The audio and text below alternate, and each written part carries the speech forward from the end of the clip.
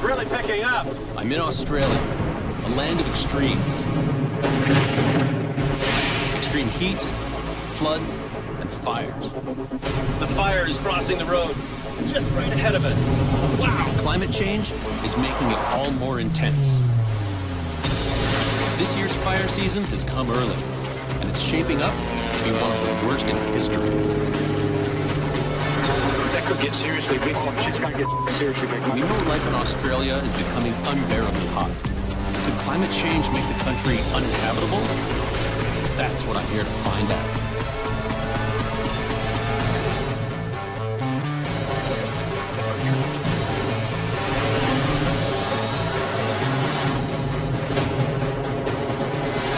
Australia is vast and diverse, with coasts that meet 5 different seas. Being down under usually conjures images of an idyllic life of surf and sand, but a more realistic portrait of the country is emerging, that of a hostile desert. The Central Australian outback. This place is inhospitable on a good day. Droughts and heat waves are commonplace here. Last summer, they experienced the hottest day on record, the hottest month on record, and the hottest summer on record. In fact, Australia had to add 2 new colors to its weather maps for temperatures hotter than 122 degrees Fahrenheit. Sun is something we escape here. Sun is something we avoid here. The sun will kill you here. Quite literally. You're outside with no shelter. 3 days is all you got. I came to Australia on a mission of discovery to find out if climate change was causing this place to become uninhabitable. Flooding, droughts, and heat waves are nothing new here, but records show they're increasing in intensity and frequency. Deaths from heat waves have doubled in the last decade. Drought has drained reservoirs and driven families off the land they've farmed for generations. But what's fueling all these extremes? Without a doubt, this stuff's being driven up by the fact we've got more greenhouse gases in the atmosphere. The climate's warming, it's shifting to a hotter state. Australia is part of a global problem. Countries around the world are pumping more carbon into the atmosphere than ever before, mostly by burning coal, oil, and gas. The resulting extremes in weather, prolonged heat and bone-dry conditions, lead to vicious bushfires. Lightning is most often the spark. Victoria ablaze. Year after year, the fire season is starting earlier, lasting longer, and fires are burning more intensely. These things aren't just fires creeping along, these are firestorms. These are roiling, burning masses of gas that can just jump across grassy areas and start burning. They're huge phenomena that can move quickly, develop quickly, and fires are only going to get worse. Bushfires are almost 20 times more deadly and 80 times more destructive than a century ago. This morning in the Adelaide Hills, it's already a scorching 100 degrees Fahrenheit. The danger has been elevated last night up to catastrophic for today, and doesn't really get any more dangerous than catastrophic. A decade ago, the worst fire weather conditions were called extreme. They've since had to add a level beyond that, catastrophic. What the firefighters are demonstrating right now is their protection system. They have shields that come down on the inside of the glass and a water spray that surrounds the entire truck. So if the fire overtakes the truck, it keeps these guys safe. That is impressive. And the risks for those on the front line are very real. Since 1980, 83 firefighters have been killed. I hope you guys never have to use it. Yeah, so do we. Thanks, guys. On a catastrophic fire day, access to burn areas is highly restricted. Oh, I reckon that's pretty good. The only way in is with the fire crews themselves. Go. Ian Tanner, a veteran with the Country Fire Service, is going to show me what they're up against. We've got conservation park on both sides, so it's mostly vegetation. Fuel. Fuel, that's exactly right, fuel. What the locals call vegetation, you call fuel. We're traveling along a ridge through the Mount Lofty ranges. On both sides are steep hills and valleys covered in dense bush. get a real sense now of what we're up against. And fire typically goes up. It's the one thing that can go uphill faster than downhill. All those houses up on that ridge line are almost undefendable on a day like today. So people are evacuating their houses on the speculation that maybe a fire might form. That's correct. So how many people are we talking about here? You could be talking about 100,000 people or more. That's a major evacuation. Obviously not everyone does it. And Clearly. there's a house down there that's probably relatively safe. They would probably choose to stay home. The Moorcrofts are incredibly well armed in their fight to protect their home from fire. What I would really love is to see your sprinkler system in action. Okay. So what have you got going on? Their elaborate sprinkler system can create a wall of water approximately 130 feet around the house. We've lived here for 20 years and we haven't actually had a fire that's come within, well, a few hundred meters of the house. The water comes from a 5,000-gallon tank that's dedicated solely to firefighting. And so you got your personal bushfire kit? Radio. This is the channel that gives all the fire warnings. A headlamp. And this is all in the name of home protection. That's right. Just never know when it could happen, so you always need to be prepared. So if you live in the bush in Australia, the very bare minimum that you need to protect your property is this type of equipment. So we've got a report that just came in of a grass fire not too far away. And there's some other units that are being deployed. Okay. For the moment, it's probably in grassland. Oh, yeah, I think some smoke, yeah. Firefighters and volunteers arrive at the scene very quickly. Where's the access? There's a low-intensity fire in a predominantly grassy area. It's roughly 40 acres in size. Here comes the crane. It's crucial firefighters act quickly. They know from experience they only have 15 minutes to get this fire out, because on a catastrophic fire day, conditions can change in a second. If you have a look at the leaves in the trees, you can see that the leaves are still there, so the fire hasn't got up into the trees. Right. So it's come through here fairly quickly. It's not real big high flames. Here's an area where you can see the fire is just in this very low-lying fuel. So just the grass and the leaf litter. Incoming!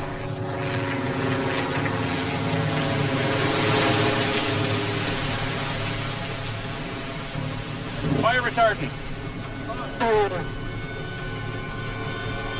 In no time, the fire is pretty much out.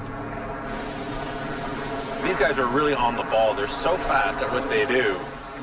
Ground crews are backed by highly trained professionals and volunteers who dispatch crews and analyze fire behavior. As climate change increases the intensity of bushfires, operations have had to grow larger and more sophisticated. It's very fluky wind at the moment. You feel that wind now picking up? That doesn't bode well for the rest of the afternoon. No. This steep topography can funnel the wind, making fire behavior very unpredictable.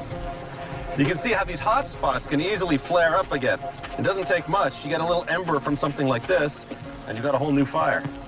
And just as the fire is almost completely put out, Ian gets bad news. It's jumped. Right. Jumped across this little valley. Crews have to act fast. They know that one ember in this thick brush with poor access could turn this small grass fire into a monster. And the fire is just right ahead of us. Wow! As climate change raises temperatures across Australia, it's fueling unprecedented bushfires. Okay, that fire behind us. What started as a small grass fire that was nearly put out has jumped into the thicker brush and is growing very quickly. It's coming up through the grass there. Water bomber overhead. You can see it's getting very, very close. And it's going to jump this. This is no fire break. It's going to go. We're getting called back. Yep, we're going. It's spotted over the creek. Now, if it does that again and again, it gets very hard. Australian bushfires are notorious for jumping huge distances. This is largely because of the eucalyptus trees. Firefighters call them gasoline trees because fire moves incredibly fast up the trunk, along the string of bark to the canopy of the tree. Up there, broad leaves that are filled with combustible eucalyptus oil don't just burn, they explode, shooting flaming bark and leaves in all directions. Add a good wind, and fire can be thrown as far as 20 miles away.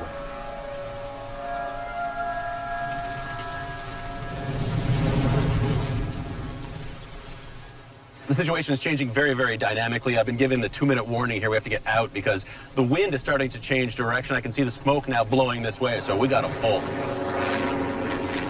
The fire is fully taken in the scrub.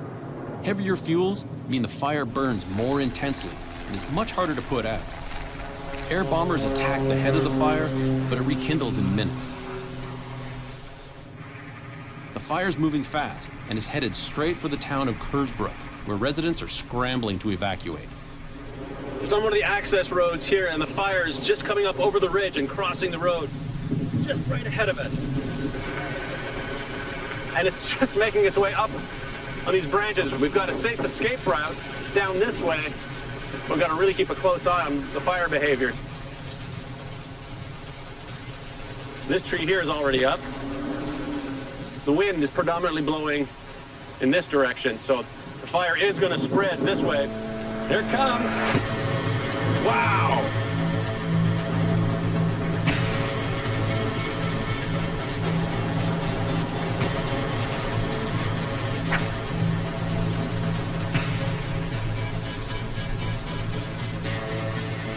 In just a few hours, the fire has left a path of destruction through the hills 10 miles long and a half-mile wide. Water bumper. Blizzard running from the fire. That's what happens. The fire just pushes all these animals out ahead, and they're just running for their lives. So I'm going to bring them over to a safe spot and let them free. Fire continues down the ridge, leaving total destruction in its wake. So you'll see it's not much left now. So all this fire damage is just moments old. It's still hot. Topography drew it to the top of the hill, and now it's heading south again at a fair rate of knots. The fire burns through the forest, heating the ground 40 feet in front of it, making it impossible for crews to get close. We're able to follow the tail of the fire.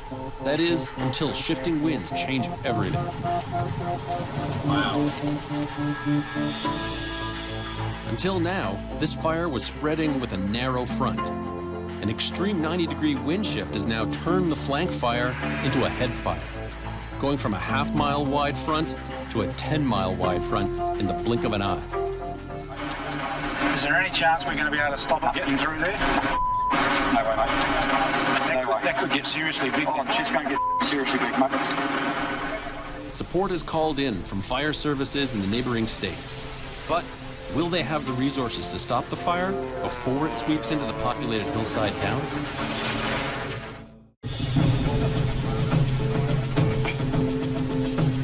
Right now, there's basically nothing that the firefighters can do. They're trying to protect some of the assets, homes, farms in the area, but that's all they can do, try and slow it down. It goes to show how capricious fire actually can be. All it takes is a little ember from a fire that we thought was out to just light up the whole area. And the bigger the fire, the more erratically it can behave. Smoke devil! On rare occasions, fire whirls can develop and throw burning debris miles away.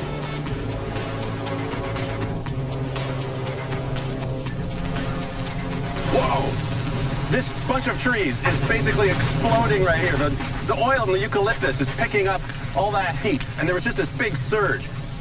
Oh. The wind is really picking up.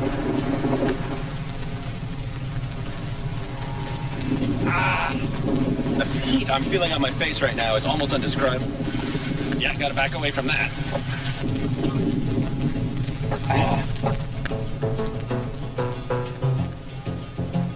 Let's make sure the wildlife here has an exit. The fire spreads erratically and is fanned in some places by 65-mile-an-hour winds. It's burning in what is Australia's third hottest year ever recorded. The hottest was just 2 years earlier. Looks like there's possibly another fire out here. See the smoke on the horizon? As night falls, firefighters do everything they can to contain this out-of-control bushfire.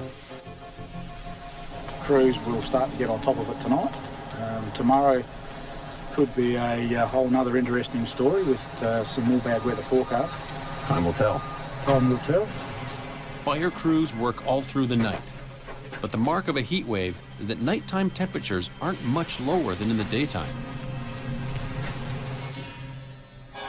On day 2, the fire is declared a major emergency. So far, it's burned through 27,000 acres. It's hit 4 towns, and 13 firefighters have been injured, and they have to deal with more catastrophic fire weather. It is a scorching hot day with very low relative humidity. Of course, as these temperatures continue to stay hot year after year after year, we're just going to see more and more fires just like this one. We know this because we can see that all of Australia's weather is changing. Because of climate change, Australian winters are now dumping more rainfall in big bursts, causing flooding, which results in more vegetation growth and so denser bush. But in the summer, the heat is on. More hot, dry days lead to drought, and all that dense bush turns into kindling. All you need is a spark to start a raging wildfire.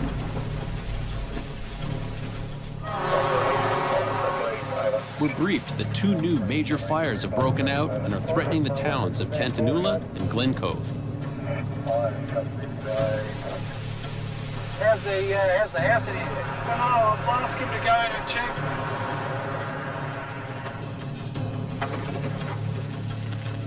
This family got out safely. Nothing could be done to save their farm.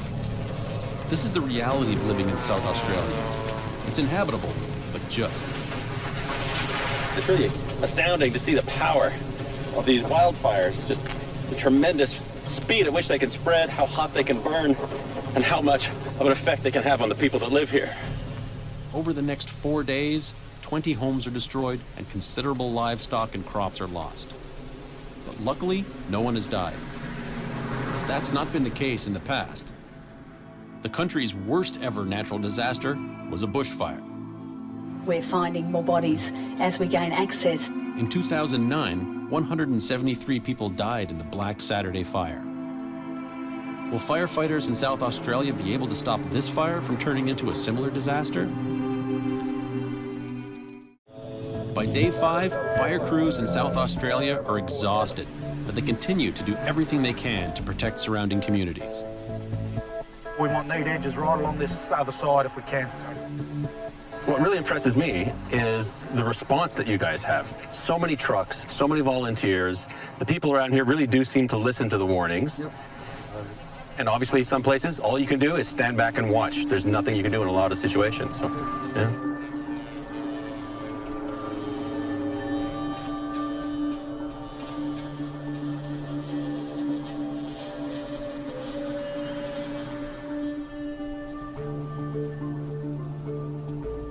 These firefighters are on the front lines dealing with some of the worst effects of climate change in Australia. Ultimately, it takes them 6 days to bring this bushfire under control. It burned through almost 32,000 acres. 27 homes were destroyed and 134 people, mainly firefighters, were injured. The total cost was nearly $40 million. This fire is one more dramatic reminder that the effects of climate change are upon us. It's a lesson that's hitting home from one end of Australia to the other. Australians are being forced to find unique remedies to their superheated climate, and they've come up with some creative solutions to the problem. In the heart of the Australian outback, the town of Coober, Pedy has already found a drastic way to deal with the searing heat. Well, come on down and I'll give you an idea of how we live. You're 10 metres underground here. This place looks amazing. It's certainly not cave-like. You even have a window. Yep. And that's just a borehole to the surface. Cool in the summer, warmer in the winter. Yep. No heating or air conditioning costs whatsoever. No. Ideal. For those days under 30 degrees, the resourceful adaptations of Coober Pedy continue outside. So this is the Coober Pedy golf course. I see you're missing something rather important, grass. Yes, So we got blacks instead of greens. And you have 18 holes here? 18 holes. This is the worst golf course I've ever seen. Yep, and it's probably the worst in the world. Your ball will always end up in the rough here. Someone's just gone ahead and built an 18-hole golf course in the middle of Central Australia as an act of defiance. It's like, you tell me I can't, well, here it is. And that sort of defines the Australian personality of... Yes, that pioneering mentality. The people of Coober Pedy have found a unique way to beat the heat, but this is just one community. If temperatures keep rising the way they have been, the entire country may soon look like this. But will it become uninhabitable?